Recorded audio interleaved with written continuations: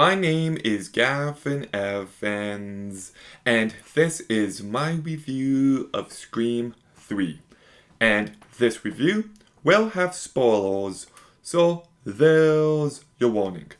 But up until recent years, this one was always viewed as the weakest of the franchise.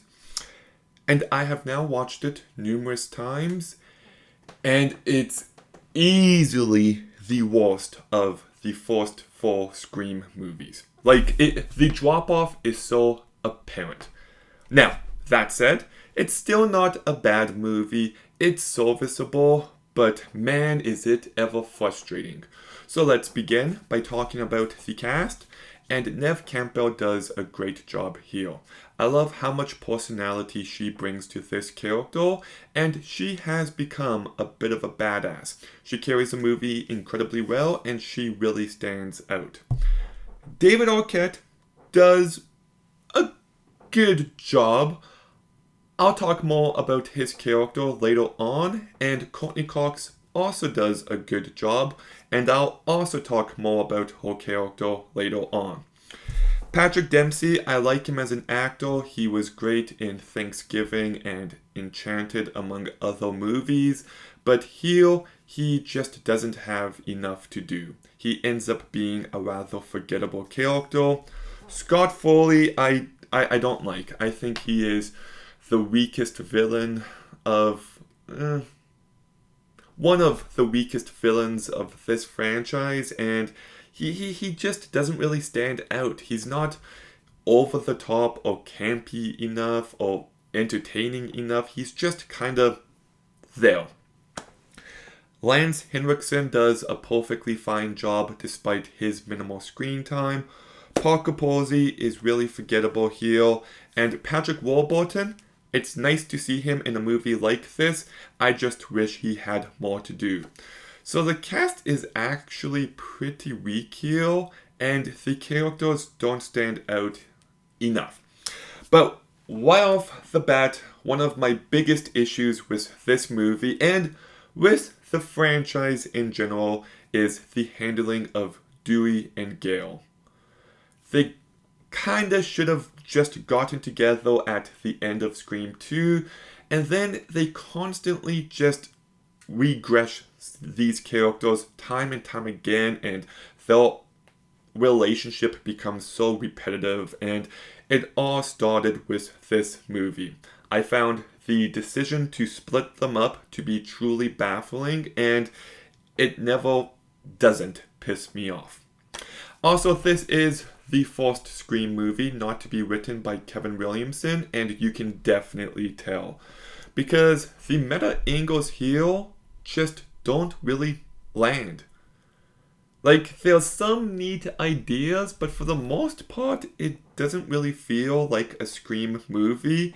And that one video to have Randy explain the rules of trilogies, it feels so shoehorned in. He died. He didn't record this tape before he died. It's just a really stupid decision, and I didn't really care for the rules he gives us.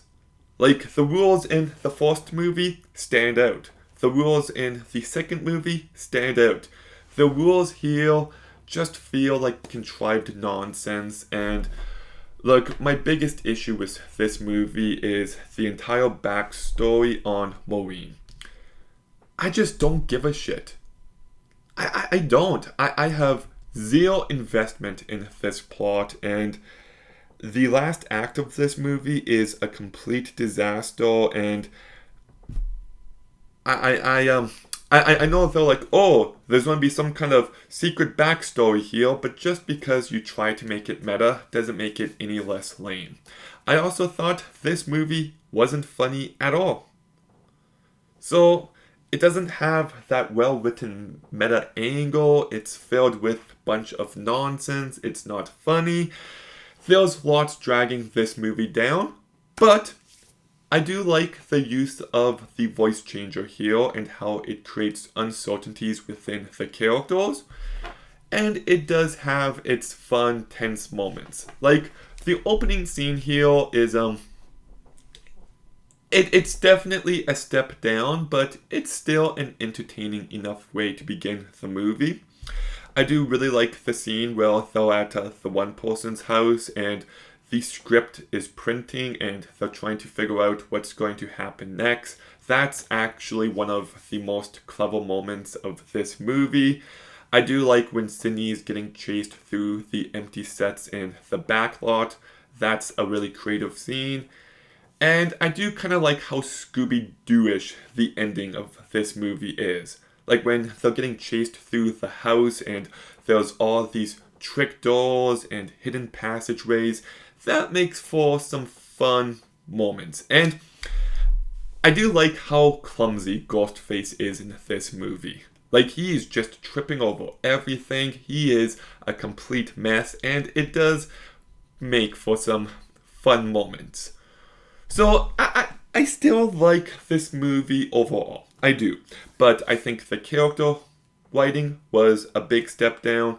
I just think the script really isn't that good. It has great individual moments that are enough to save the movie, but as a whole, it's very frustrating and, I still prefer it to Scream 5 and Scream 6, but out of the Wes Craven ones, this one is without a doubt the worst one.